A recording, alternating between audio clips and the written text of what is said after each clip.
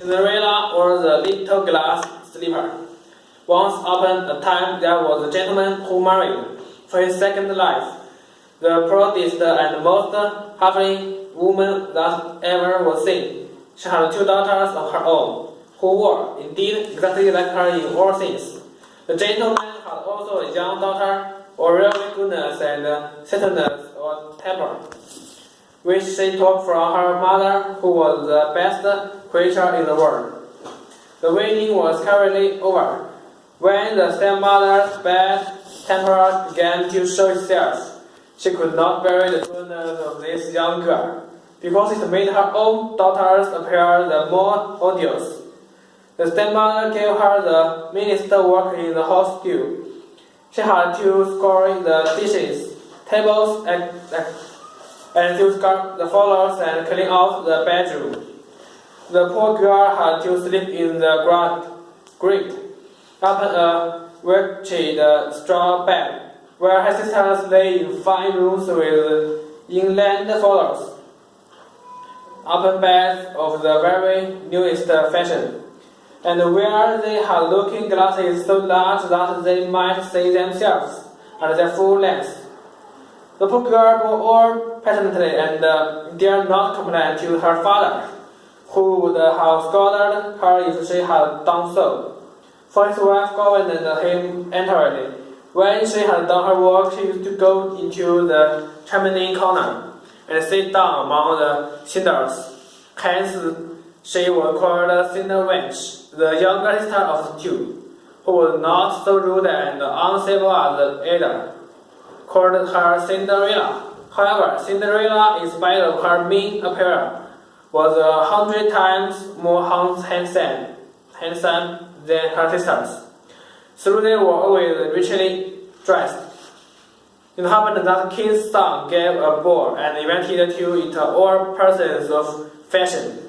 Our young misses were also invited, for they cut a very grand figure among the people of the countryside.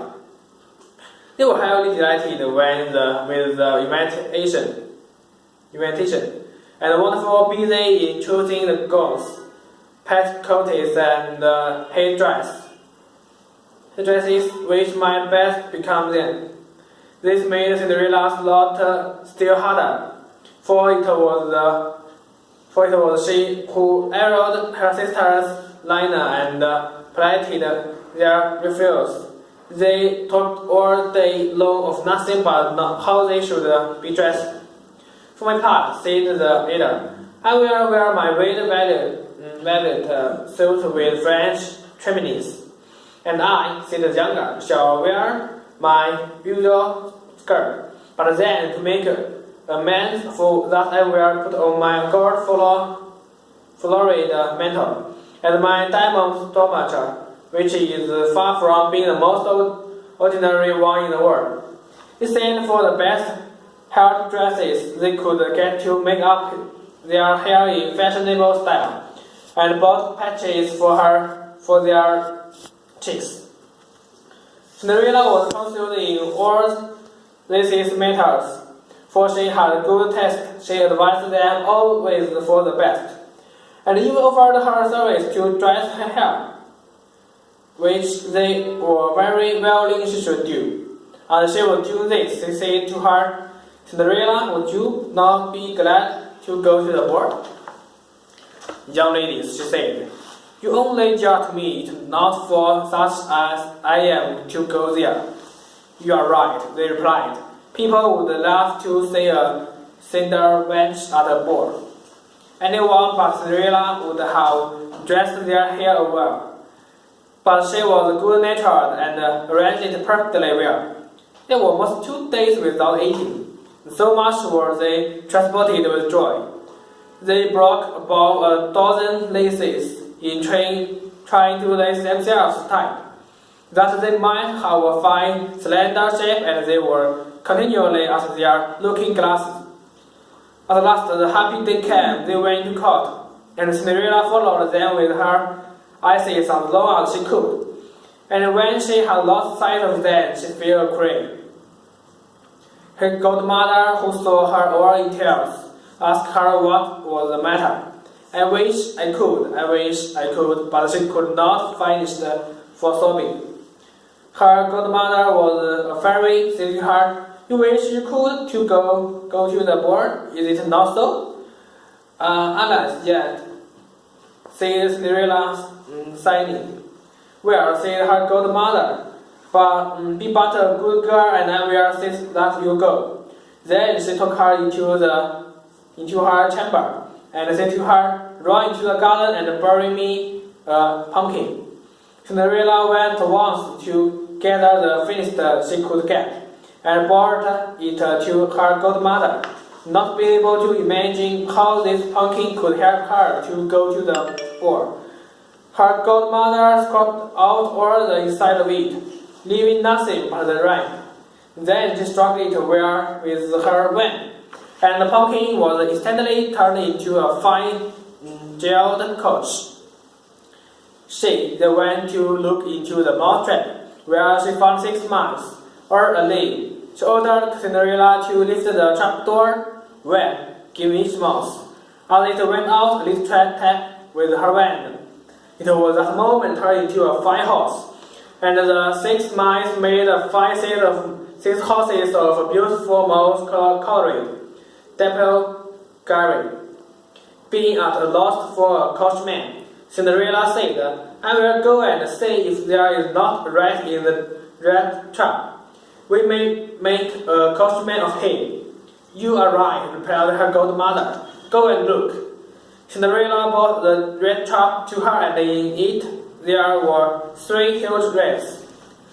The fairy chose the one which had the largest bird, and having touched him with her wand, and she was turned into a fat coachman with the finest music and whiskers ever seen.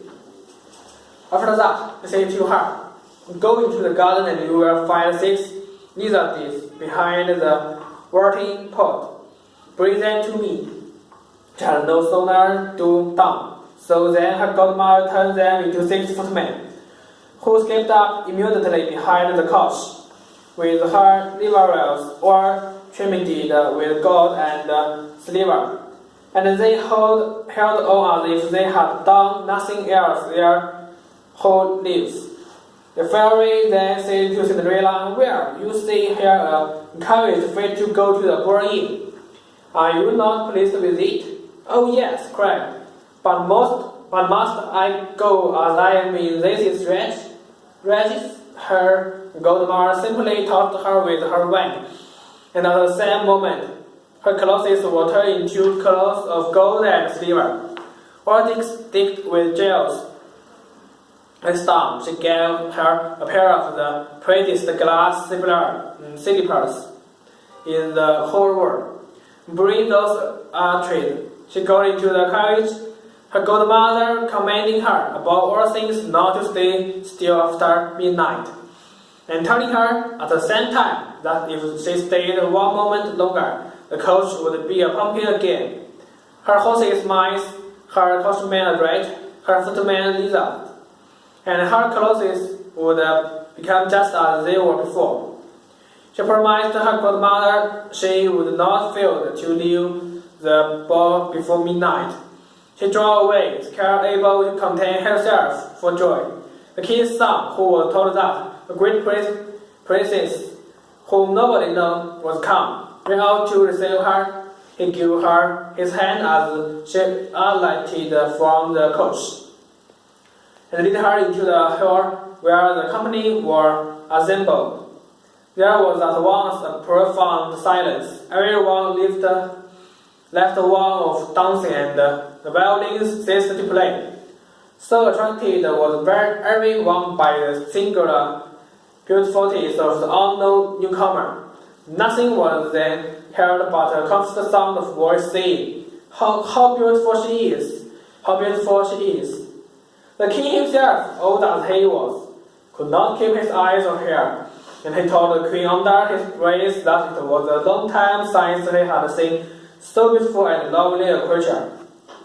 All the ladies were busy styling her clothes and her dress, so that they might have theirs made next day after the same pattern.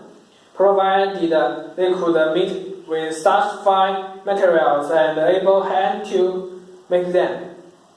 The king's son conducted her to the seat of honor, and afterwards taught her all to dance with him. She danced so very gracefully that they all admired her more and more. The fine collection was served, but the young prince ate not a morsel, so intently was he occupied with her. She went and sat down beside her sisters, showing them a thousand civilities, and giving them, among other things, part of the oranges and citrons with which the prince had regaled her. It very much surprised them, for they had not been presented to her. Cinderella heard the clock strike a quarter to 12. She at once made her adieux to the company and hastened away as fast as she could. As soon as she got home, she ran to find her godmother, and after having thanked her, she said she much wished she might go to the ball the next day because the king's son had asked her to do so. As she was eagerly telling her godmother all that happened at the ball, her two sisters knocked at the door. Cinderella opened it. "How long you have stayed?" said she, yawning, rubbing her eyes, and stretching herself as if she had been just awakened. She had not, however, had many desires to sleep since they went from home.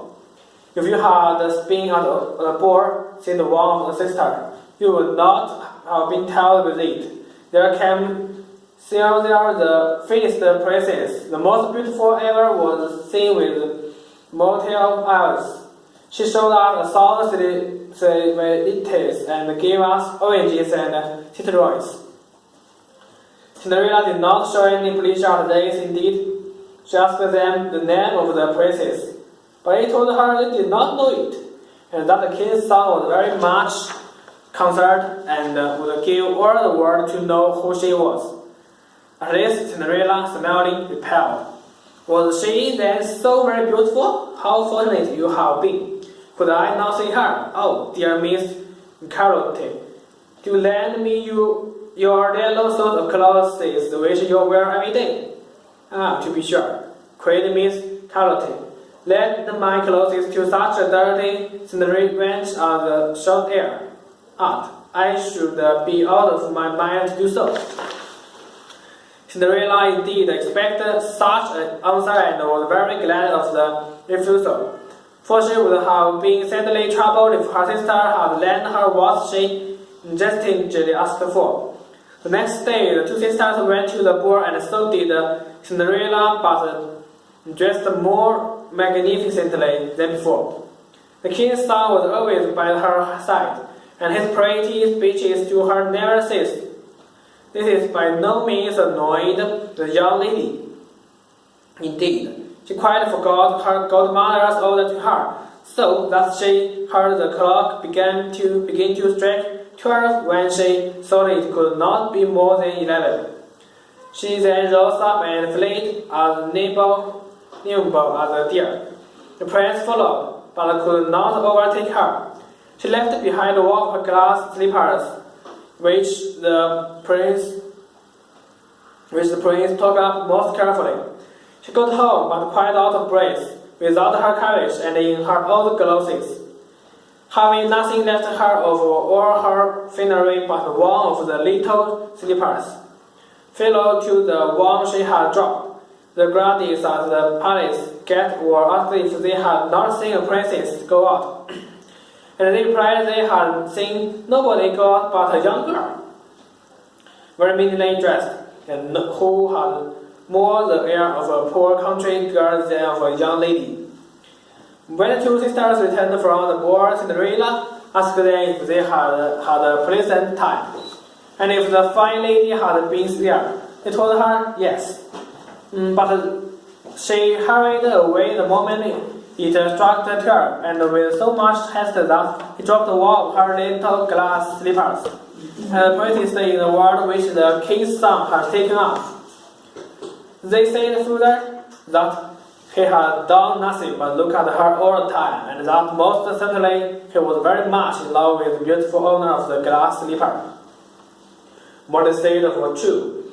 For a few days after the king's son caused it to be proclaimed, a sound of trumpet, that he would marry her whose foot this slipper would fix exactly. They began to try it on the princess, then on the duchesses, and then on all the ladies of the court. But when it was brought to the two sisters, who did all they possible could to thrust food into the slipper, but they could not succeed. Cinderella, who saw this and knew her slipper, said to them, laughing, "Let me see if it will not fit me." Her sisters burst out laughing and began to bend her. The gentleman who was sent to try the slipper looked earnestly at Cinderella, and finding her very handsome, this was but just that she should try, and that he had orders to let every lady try it on. He obliged Cinderella to sit down and putting the slipper to her little foot. He found it went on very easily and fitted her as if she had been made of wax. The astonishment of her two sisters was great, but it was still greater when Cinderella pulled out of her pocket the other slipper and put it on her foot. Thereupon came her godmother, who, having touched Cinderella's clothes with her hand, made them more magnificent than those she had worn before. And now her two sisters found her to be that beautiful lady and they had seen at the ball. They threw themselves at her feet to beg pardon for all their ill treatment of her. Cinderella took them up, and as she embraced them, said that she forgave them with all the heart, and begged them to love her always. She was conducted to the young prince, dressed as she was. He thought her more charming than ever, and a few days after married her. Cinderella, who was as good as she was beautiful, gave her two sisters a home in the palace, and that very same day married them to two great lords of the court. Finished.